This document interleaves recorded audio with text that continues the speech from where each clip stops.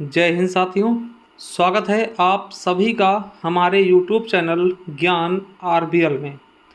दोस्तों आज हम देखेंगे कंप्यूटर की हमारी ये पहली डेमो क्लास है। साथियों मैं आपको बता दूं ये हमारी कंप्यूटर की पहली डेमो क्लास है।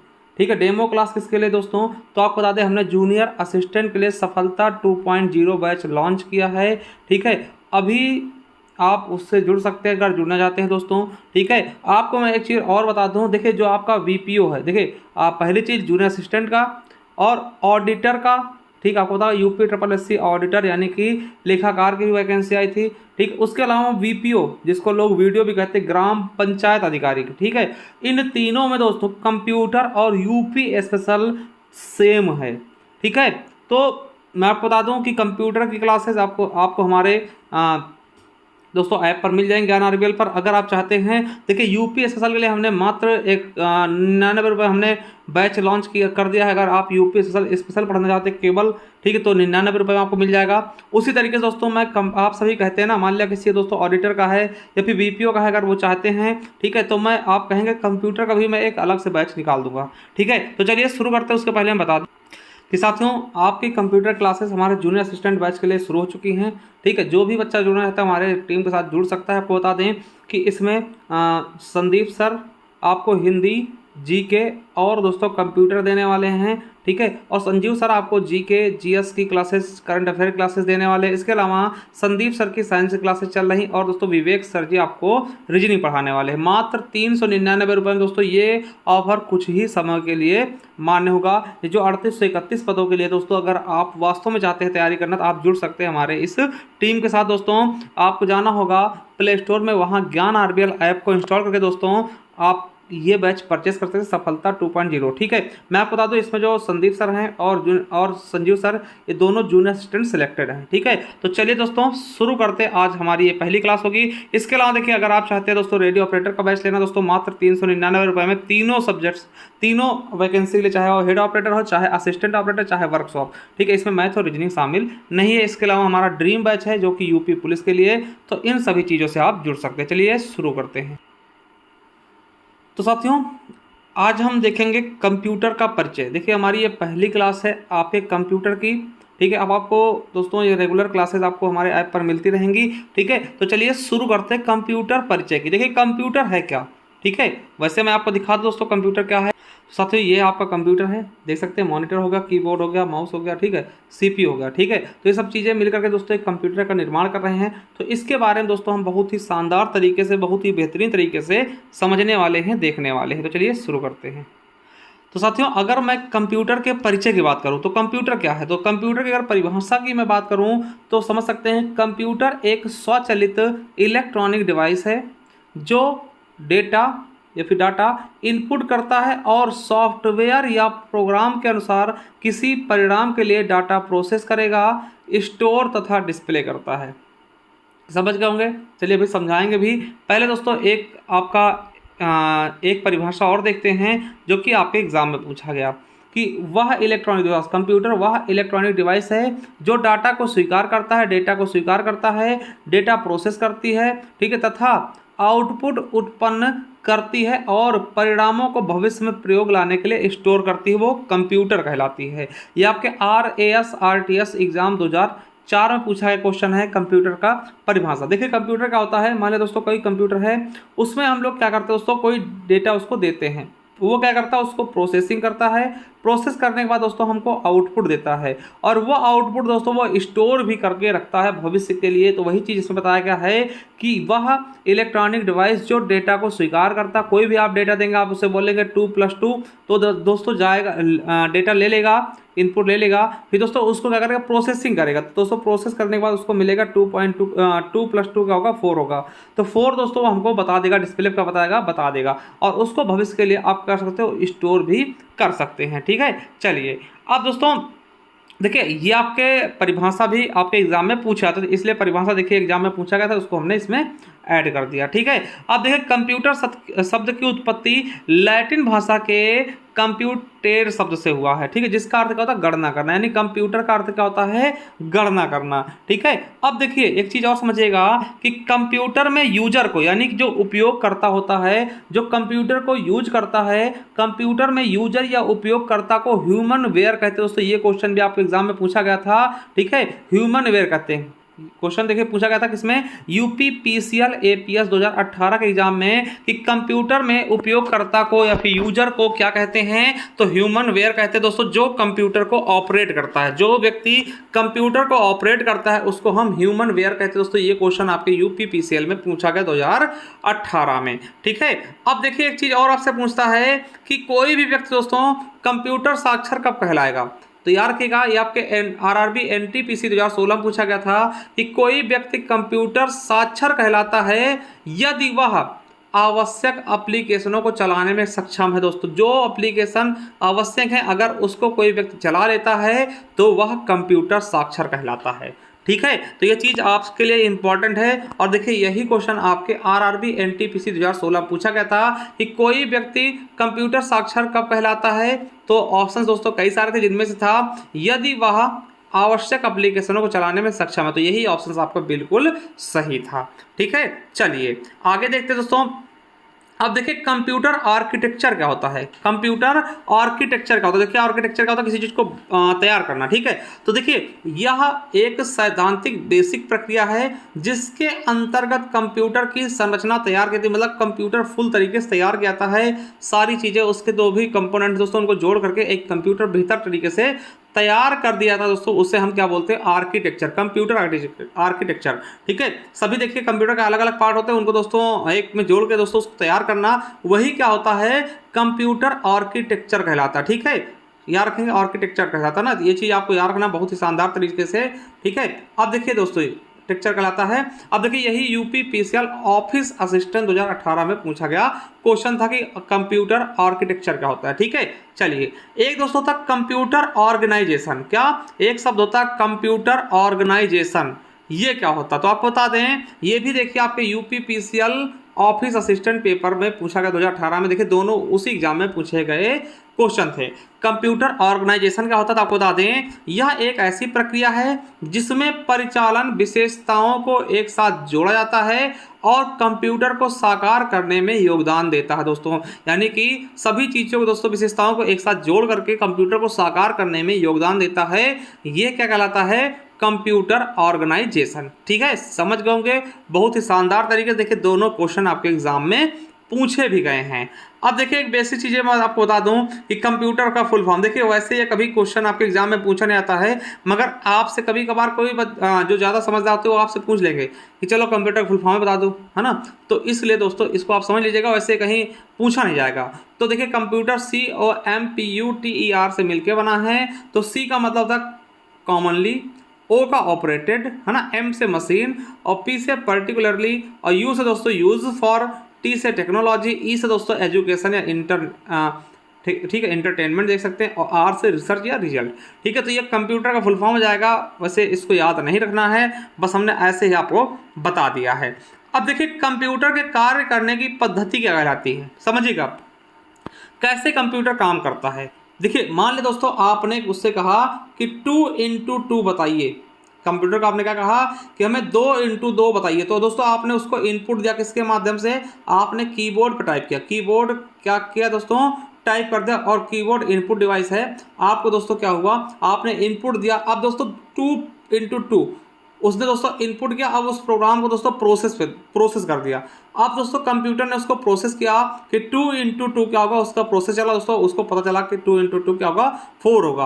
अब दोस्तों ये क्या करेगा, उसको आउटपुट दे देगा। आपने जो इनपुट दिया था उसको प्रोसेस करने के बाद उसका रिजल्ट पाने के बाद उसको आउटपुट दे देगा, और आउटपुट आपको दे देगा क्या कि 4, है ना। तो इस तरीके से दोस्तों काम करता है, पहले आप इनपुट देते हैं, फिर वो प्रोसेस करेगा, फिर वो आपको वो चीज़ों का रिजल्ट यानी कि आउटपुट देगा। ठीक है, तो इस तरीके से बेसिकली ये काम करता है। कौन करता है, तो कंप्यूटर इस तरीके से काम करता है। आप इनपुट देंगे, वो प्रोसेस करके दोस्तों आपको आउटपुट प्रदान करेगा। ठीक है, चलिए अब दोस्तों कंप्यूटर से संबंधित प्रारंभिक शब्द क्या क्या होते हैं, तो कुछ चीज़ समझिएगा।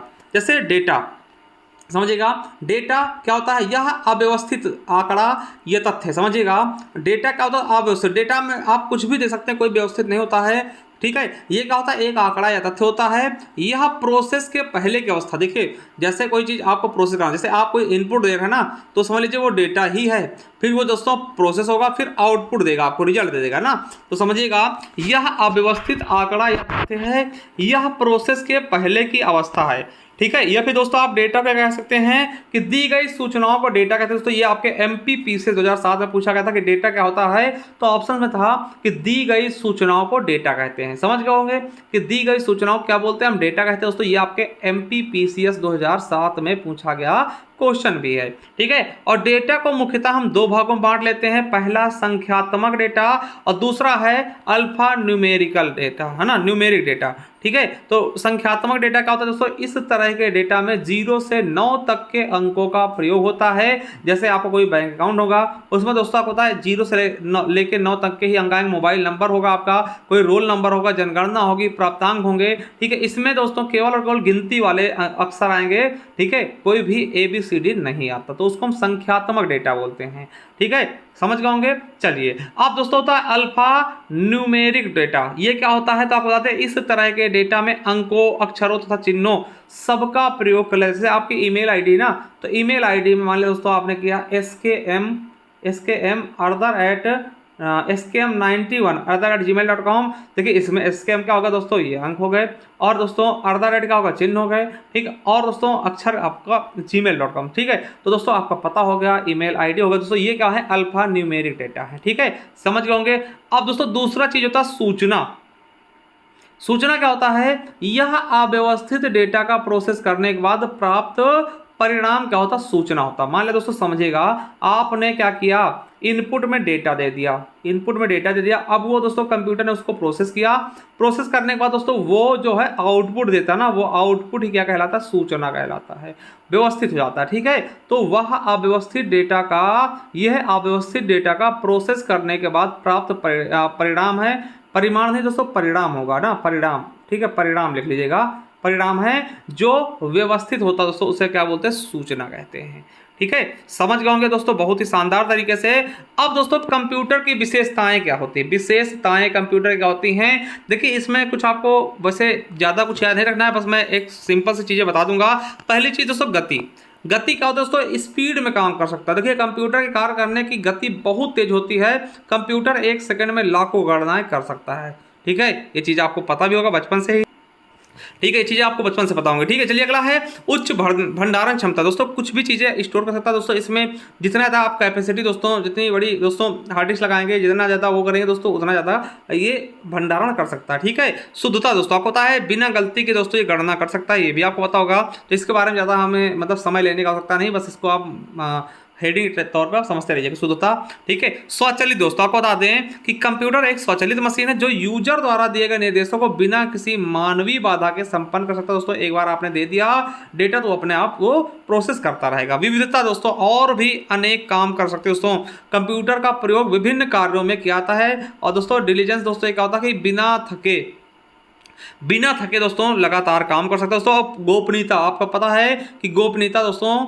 ठीक है, पासवर्ड का प्रयोग करके दोस्तों कंप्यूटर के कार्य को गोपनीय बनाया जा सकता है दोस्तों, यानी कि सीक्रेट भी रखा जा सकता है किसी चीज को कंप्यूटर में, किसके द्वारा, पासवर्ड के द्वारा, ठीक है, पासवर्ड के द्वारा, ठीक है। चलिए अब दोस्तों कंप्यूटर का उपयोग कहाँ हो रहा, प्रयोग कहाँ हो रहा, आपको पता शिक्षा के क्षेत्र में बहुत ही शानदार तरीके से आप आज समझ रहे होंगे, ठीक। इनको बताने की आवश्यकता नहीं, फिर भी मैंने एक आपको बेसिक चीज़ों के लिए बता दिया, ठीक है।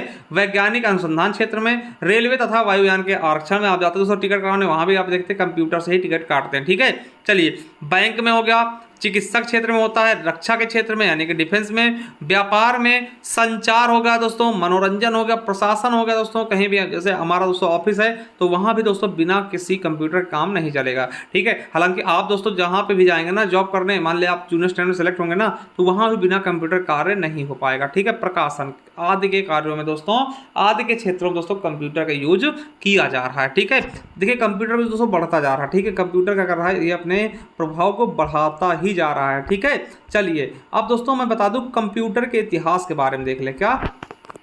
कंप्यूटर के इतिहास के बारे में एक बार पढ़ लेते दोस्तों। यहाँ से आपके एग्जाम में क्वेश्चन अभी भी इसी बार भी पूछा गया था, तो यहाँ से दोस्तों आपके एग्जाम में और भी सारे क्वेश्चन आपको पूछे जाएंगे। ठीक है, तो चलिए अगर बात करें तो कंप्यूटर के इतिहास का दोस्तों बहुत पुराना रहा है। तो चलिए पहला हम देखते हैं अबेकस।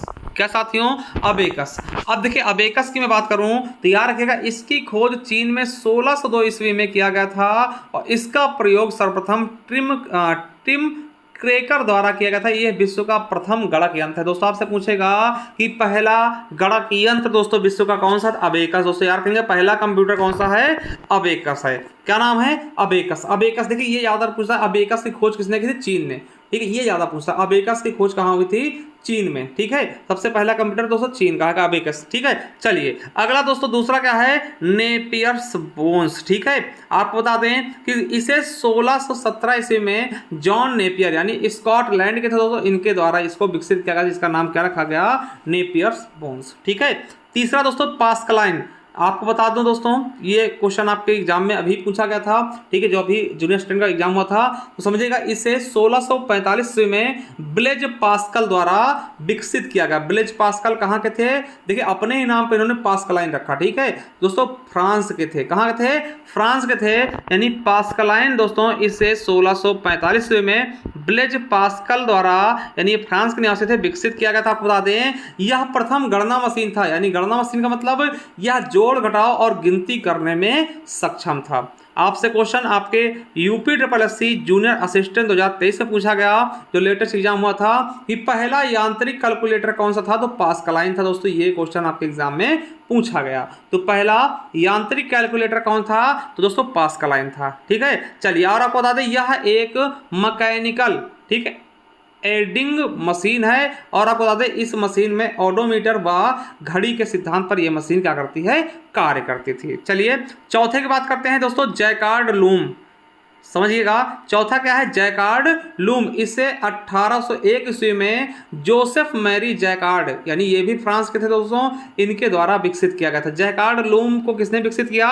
तो जोसेफ मैरी जैकार्ड ने दोस्तों, ये फ्रांस के थे, 1801 ईस्वी में इसको विकसित किया था और इसका प्रयोग दोस्तों कपड़े बुनने के लिए किया था। दोस्तों देखिए कंप्यूटर का मतलब दोस्तों एक मशीन होता है, जरूरी नहीं कि उस पर केवल दोस्तों कंप्यूटर वाले ही कार्य किया जाए ना, तो समझ सकते हैं जैकार्ड लूम का दोस्तों आविष्कार किसने किया? तो जोसेफ मैरी ने। ठीक है, किसके लिए इसका प्रयोग हुआ? तो कपड़े बुनने के लिए दोस्तों इसका प्रयोग किया गया था। चलिए अगला है एनालिटिकल इंजन। ठीक है, समझिएगा क्या है ये?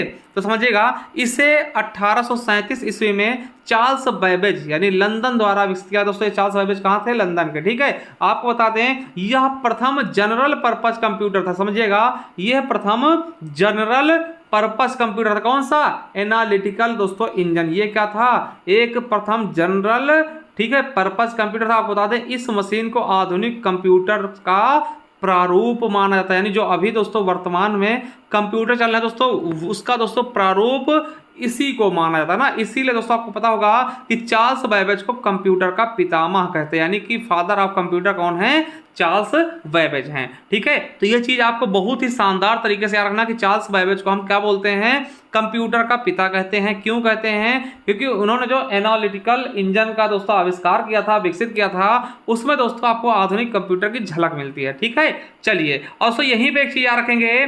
क्या याद रखेंगे? कि दोस्तों अगस्टा नाम के थे एक व्यक्ति। ठीक है, अगस्टा ने पहला, समझिएगा अगस्टा ने एक पहला क्या दोस्तों डिमोन्स्ट्रेशन प्रोग्राम लिखा।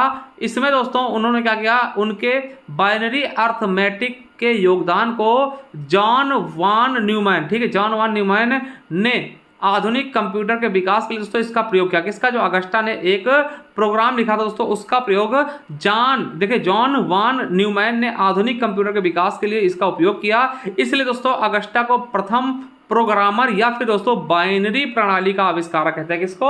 अगस्टा को हम क्या बोलते हैं? देखिए सीधी बात एक याद रखना है कि आपसे पूछेगा बाइनरी प्रणाली के आविष्कारक कौन है? तो अगस्टा। ठीक है, या फिर पूछते आपसे प्रथम प्रोग्रामर कौन है? तो वो भी अगस्टा हो जाएंगे। बस इतना सा आपको यहां से याद कर लेना। अगला है पंच कार्ड। पंच कार्ड देखिए लगभग पंच कार्ड की बात करते हैं दोस्तों तो 1880 के लगभग, ठीक है, 1880 के लगभग हरमैन हॉलार्थ, क्या नाम है दोस्तों? लगभग 1880 के लगभग दोस्तों हरमैन हॉलार्थ है ना, हॉलार्थ ने पंच कार्ड का निर्माण किया जो आज के कंप्यूटर कार्ड की तरह होता था। उन्होंने हॉलार्थ 80 कॉलम कोड और सेंसस टेबुलेटिंग मशीन का भी आविष्कार किया। किसका किसका? तो सेंसस टेबुलेटिंग मशीन का भी आविष्कार किसने किया था? तो हॉलार्थ ने। ठीक है, चलिए अगला है टेबुलेटिंग मशीन। आपको बता दें कि टेबुलेटिंग मशीन हमने बता दिया दोस्तों, टेबुलेटिंग मशीन का आविष्कार भी किसने किया था? तो हरमन हेलोरिथ ने। ठीक है, चलिए तो आप समझ गए होंगे दोस्तों, इन्हीं द्वारा किया गया 1890 में। उसके बाद दोस्तों आपको बता दें जो ये है ना आपका टेबुलेटिंग मशीन, ये प्रथम इलेक्ट्रो मैकेनिकल मशीन है और आपको बता दें इसका प्रयोग 1890 में जनगणना में भी किया गया था। किसका दोस्तों? जनगणना में किसका प्रयोग किया गया दोस्तों? टेबुलेटिंग मशीन का। ठीक है, चलिए आगे देखते हैं मार्क वन। देखिए मार्क वन क्या है? इसे 1944 में हार्वर्ड आइकल, ठीक है, अमेरिका के द्वारा विकसित किया। किसके द्वारा? हार्वर्ड आइकल दोस्तों अमेरिका थे, उनके द्वारा विकसित किया गया और इसका प्रयोग द्वितीय विश्व युद्ध के दौरान भी किया गया था। किसका? मार्क वन का प्रयोग द्वितीय विश्व युद्ध के दौरान भी किया गया था। वहीं दोस्तों एनियाक दोस्तों मोस्ट से भी मोस्ट इंपॉर्टेंट है एनियाक। याद रखें दोस्तों, इसको आप इंपॉर्टेंट लगा लीजिएगा। एनियाक आपको बता दें कि इसे 1946 में जेपी एकर्ट और जॉन मोचली द्वारा दोस्तों, यानी कि अमेरिका के थे दोनों, जेपी एकर्ट और जॉन मोचली द्वारा विकसित किया गया। इसका एनियाक का पूरा नाम क्या होगा दोस्तों? एनियाक का पूरा नाम, इसे दोस्तों इलेक्ट्रॉनिक, और एन से दोस्तों न्यूमेरिकल, और आई से दोस्तों क्या होगा? इंटीग्रेटर, है ना, इंटीग्रेटर दोस्तों, और एंड ए से दोस्तों एंड हो जाएगा और कंप्यूटर। तो यह हो जाएगा इसका पूरा नाम एनियाक का क्या होगा? Electronic, numerical, integrator and computer. आपको बता दूं कि ये याद रखने की बात क्या है कि यह पहला इलेक्ट्रॉनिक डिजिटल कंप्यूटर था। क्या था? यह पहला इलेक्ट्रॉनिक डिजिटल कंप्यूटर था दोस्तों और इसका प्रयोग प्राइवेट फर्मों, इंजीनियर्स रिसर्च और IBM में किया जाता था। ठीक है, याद रखेंगे एनियाक के बारे में। ठीक है, ये दोस्तों क्या है? ये पहला इलेक्ट्रॉनिक डिजिटल कंप्यूटर था। ठीक है, चलिए अगला है एडवाइक दोस्तों। एडवाइक की बात कर ले तो एडवाइक दोस्तों इसे 1947 में जॉन वान न्यूमैन ने दोस्तों इसका आविष्कार किया था। कहाँ के थे ये? अमेरिका के। तो एडवाइक का आविष्कार किसने किया? जॉन वान न्यूमैन ने। ठीक, वहीं दोस्तों फिर उसके बाद एडसैक आता है। तो एडसैक के आविष्कारक कौन है? तो इसे 1949 में मॉरिस विल्कस ने, ठीक है, मॉरिस विल्कस ने दोस्तों, यानी ये भी अमेरिका थे, उनके द्वारा विकसित किया गया किसको? एडसैक को। ठीक है, एडवाइक 47, फिर 2 साल बाद दोस्तों एडसैक आ जाता है। ठीक है, आपको बता दें जो एडसैक है ना, यह पहला प्रोग्राम संग्रहित डिजिटल कंप्यूटर था। कौन सा? तो एडसैक दोस्तों जिसे मॉरिस विल्कस ने दोस्तों विकसित किया था 1949 में, यह पहला प्रोग्राम संग्रहित डिजिटल कंप्यूटर था। और आपको बता दें कि लॉजिक के लिए वैक्यूम ट्यूब तथा मेमोरी के लिए मरकरी डिले लाइन का प्रयोग इसमें किया गया था। ठीक है, यानी वैक्यूम ट्यूब और मेमोरी के लिए दोस्तों, लॉजिक के लिए दोस्तों वैक्यूम ट्यूब और मेमोरी के लिए दोस्तों मरकरी डिले का प्रयोग किया गया था। मरकरी आप जानते हो कि पारा। ठीक है, चलिए अगला है यूनिवैक। क्या साथियों? यूनिवैक आपको बता दें कि इसे 1951 में एकर्ट एवं जॉन मोचली यानी अमेरिका द्वारा विकसित किया गया था। किसको? यूनिवैक को। और इसे यूनिवर्सल ऑटोमेटिक कंप्यूटर भी कहते हैं। किसको? यूनिवैक को यूनिवर्सल ऑटोमेटिक कंप्यूटर भी कहते हैं। और आपको बता दें कि बड़ी मात्रा में इनपुट आउटपुट के साथ प्रथम सामान्य उद्देश्य इलेक्ट्रॉनिक कंप्यूटर था। कौन सा? यूनिवैक। ठीक है, याद रख लेंगे बहुत ही शानदार तरीके से। अगला है IBM 650 कंप्यूटर। दोस्तों आपको बता दें कि इसे 1953 में IBM कंपनी द्वारा विकसित किया गया। और एक चीज याद रखेंगे कि यह इनपुट आउटपुट यूनिट अल्फाबेटिकली, क्या दोस्तों? यह इनपुट आउटपुट यूनिट अल्फाबेटिकली तथा स्पेशल कैरेक्टर की 2 अंकीय डेसिमल कोड में परिवर्तित करता था दोस्तों। और इसका प्रयोग दोस्तों तेल रिफाइनरी हो गया डिजाइन करने के लिए और मार्केट रिसर्च हो गया, इन चीजों में किया था। मतलब इसका प्रयोग बड़ी बड़े दोस्तों व्यापार में किया जाने लगा। चलिए अगला सिद्धार्थ। दोस्तों ये आपके लिए मोस्ट से भी मोस्ट इंपॉर्टेंट रहेगा सिद्धार्थ।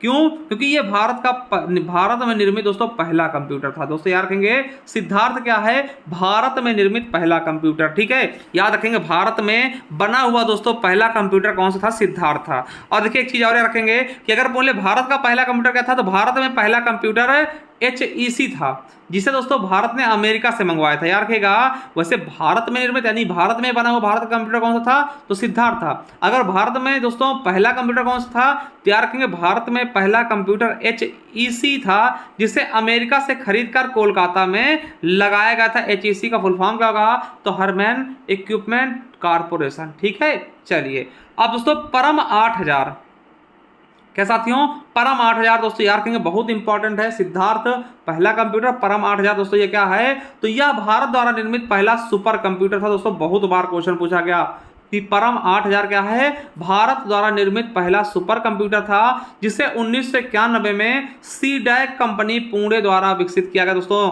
और सीडैक के उस समय निर्देशक कौन थे, तो विजय पांडुरंग भाटकर थे। ठीक है, तो याद रखेंगे मोस्ट इंपॉर्टेंट है, परम 8000 क्या है, ये भारत में निर्मित पहला सुपर कंप्यूटर था। सीडैक कंपनी द्वारा दोस्तों इसको विकसित किया गया। सीडैक कंपनी कहाँ की थी, पुणे की। सीडैक का फुल फॉर्म होगा तो centre for development advance computing. ठीक है, सीडैक का ये फुल फॉर्म हो जाएगा।